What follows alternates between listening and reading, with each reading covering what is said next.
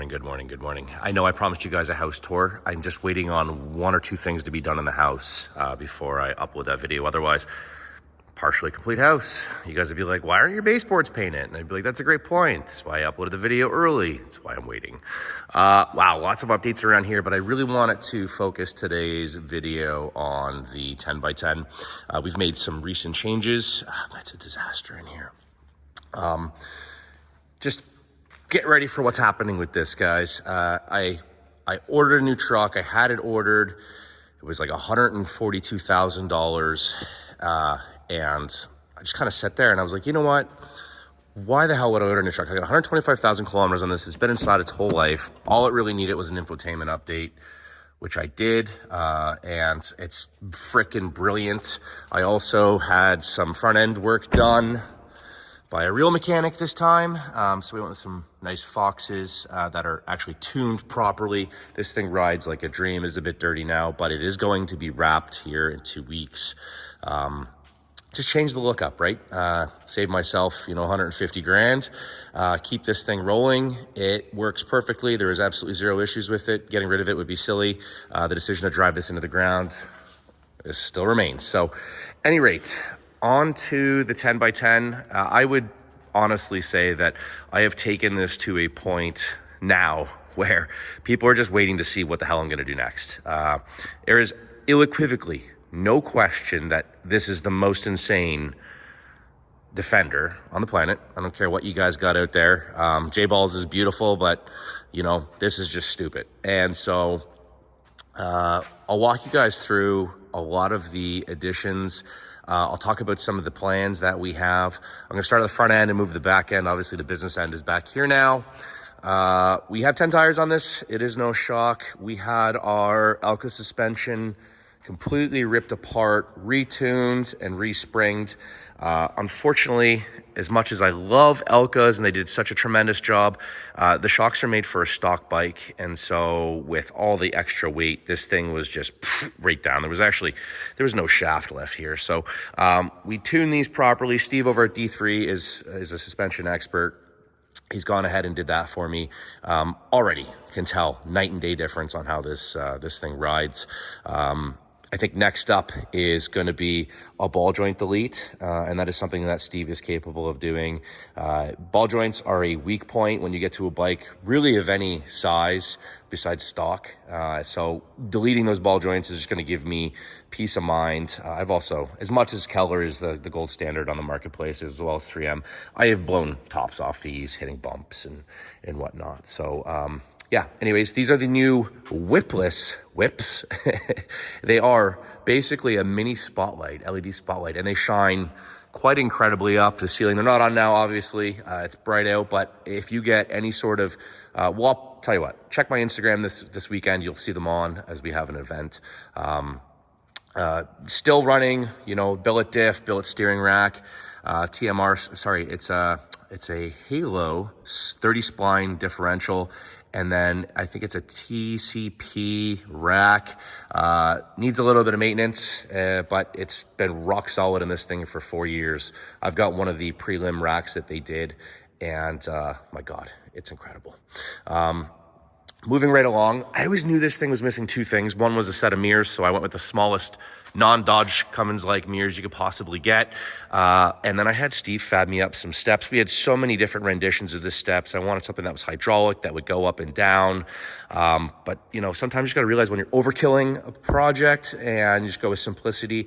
I think these turned out freaking awesome. See if I can just spin this and show you guys some of Steve's work. But he's tied directly into the frame. And this is a solid unit. Pretty much could pick the machine up by these side steps, or could hold two large men quite easily. The step, I got my safety Italian shoes on here, is a lot better than what it was, about a foot difference. And the cool part is I so kept the grab bars. So it just makes sense. Foot up, hand up, and you're inside. Way better design than what we had previously. And I think it just completes the look, right? Because we're so fat in the back, so skinny in the front. I'm not going to run a dually in the front. That's just silly. You guys that do that in the States are just trying to be like me. There's the call out. So I think it looks way better. Way, way better. All right, moving right along to the back end here. We've got steps to get up. I am old. Yes, I'm well aware. This is too cool for school, guys. So a few things while I figure out where I did put the winch hookup. First and foremost, I will say Steve has done a tremendous job. When this Defender was originally put together, I'll just grab this out of here. This is the bane of my existence. Well, got lucky there. Look at that. Woo! All right. Yes, I keep my batteries plugged in all the time. I hate dead batteries, loathe them rather. So when we built this originally, it was built incredibly well. Brennan built this, and I mean, it's just stood the test of time. It's done some pretty stupid stuff. But when we added the crane here, we really had to go really above and beyond. Now, this deck still hydraulically goes up. We're going to add some locks at the front here shortly. Just to stop it from tilting when we lift something heavy like the front end of a quad or a side-by-side. And we're going to add some additional, try to do everything one-handed here. When this spins out and goes this way, we're going to add some additional tie-down points that way so that it's not, constantly being pulled. And it's got some more structure to it. But Steve at D3 Fab, you couldn't even tell by looking at the damn thing, has completely gusseted it, everything under here.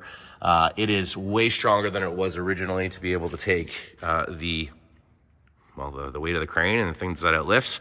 He's also created this just freaking stunning aluminum box here with my logo in it. We decided not to paint it because who doesn't like beautiful aluminum? I'm just gonna take this off so that we can lift it. You can see I prepare really, really well.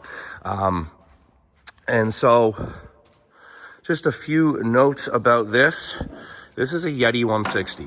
When this is even quarter filled, it's got to be better part of 100 pounds. Now, when we go to our events and I've got everybody's beverages in here, it's probably full, somewhere around 200 pounds. And you take 200 pounds and you pick it up and you put it on there 30 times a day, or the other alternative is walk up and down, up and down, up and down, and that becomes tiring. So I said, you know what, let's come up with a solution here that is going to be mutually beneficial for everybody, and that is this girl here. This is technically a beverage enjoying accessory. So really, really cleanly done. We're going to put a wireless controller on this so I can just control it from my phone. Little deviation here. I got caught towing 2 years ago, and our lovely friends at the OPP says, that can't tow. And I said, well, yeah, I can. And I said, well, it's got no brake lights. So, well, okay, towing Sea-Doos, brake lights are like 5 feet up. You can clearly see the brake lights. I'm not going to fight with them. High school's hard. So we added a nice little addition of actually having brake lights on here. So now there is no refuting that I can or cannot tow with this. I'm sure they'll find a way to get you. They always do. But check this out. Here it is right here. You just plug this bad boy in here like this. Give it a couple turns. And we have a completely wired in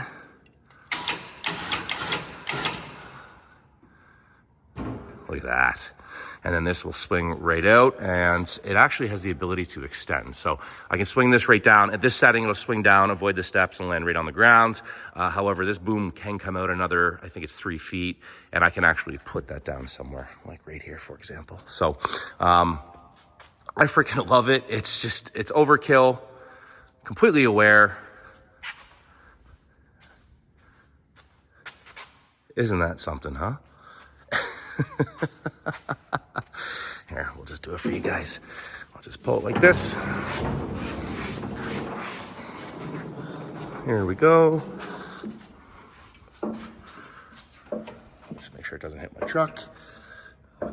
Here we go, guys. Just give me 1 second. I just don't want to hit my truck. All right, and we're just gonna lower it down.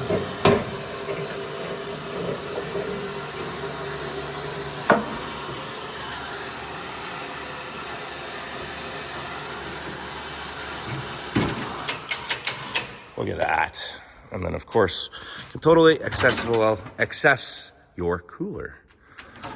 Ain't that something cool, huh? And then, obviously, this all comes apart, and this is just a regular winch. So, pretty cool stuff. I love it. Yes, I've got all the rock lights on here. I've got all the portal lights on here. This thing is a full-on party rig. Train horn is in. As many wake towers as you can count. I do have to dial in the sound system. Again, I'm not sure why it keeps changing. I'm not an audio expert. It is not nearly as loud as J-Balls. I will tell you that for free. That thing is frickin' different planet. But for us up in Canada, this is overkill, and I'm sure my neighbors absolutely love me for it. Isn't this a slick unit, guys? I frickin' love it. The next project here, and this happens when we did our bed swap last time, we do have a nice little winch in here. I'm gonna get this rolling so that we can pull from 2 different points in the back end. And then we're gonna add a Axion 5500 up front rather than the 3500 that came with it, or 4500, I can't recall. But any rate, this is good. Well, you can see it there. At this setting here, you're good for 2,200 pounds, which is where we're at now. Then it comes down to the next setting of 1,100 and then 440 pounds. It's just past 7 in the morning here. Yeah, well, almost 8. So bear with me, I've already had 2 coffees. But at any rate, I think this is pretty dope, completely useless. Comment below. Obviously, you know, this is one of those situations or scenarios where, you know, a hope and a dream come together, and here we are. It is structural, guys. No, I'm not going to be yanking the fronts of F350s out with it. I'm very well aware, but its intended purpose is very much just this, with the ability to lift, you know, the front end of a quad or the front end of a side-by-side. And you'll watch this evolutionize over the next few weeks here. So other than that, not much else has changed. The boat is out, getting some work done to it. You guys all know what's happening there. We're adding a Merc 500. Pretty excited about that. They've guaranteed me at least 80 miles an hour to the damn thing, which, considering it's a raft held together with self-tappers and plywood, I am mildly concerned, but you know me, and I'm gonna send the heck out of it. And then we're not going to do a shipping container bar reveal just yet. It is nearly complete, but I want to show you guys when it is done. All the furniture for the bar is out here. We've got a new rear window for the 6-seater here. That rear window is going to go up into the 6x6. Don't ever try and attempt to tint plexiglass, guys. Just completely useless. And then this is going to get a cab over. So we're gonna do a nice aluminum cab all the way around, lights all the way around. And then over here, we have a new roof rack. So that roof rack is gonna make its way up onto that there. So Steph likes to do paddle boarding.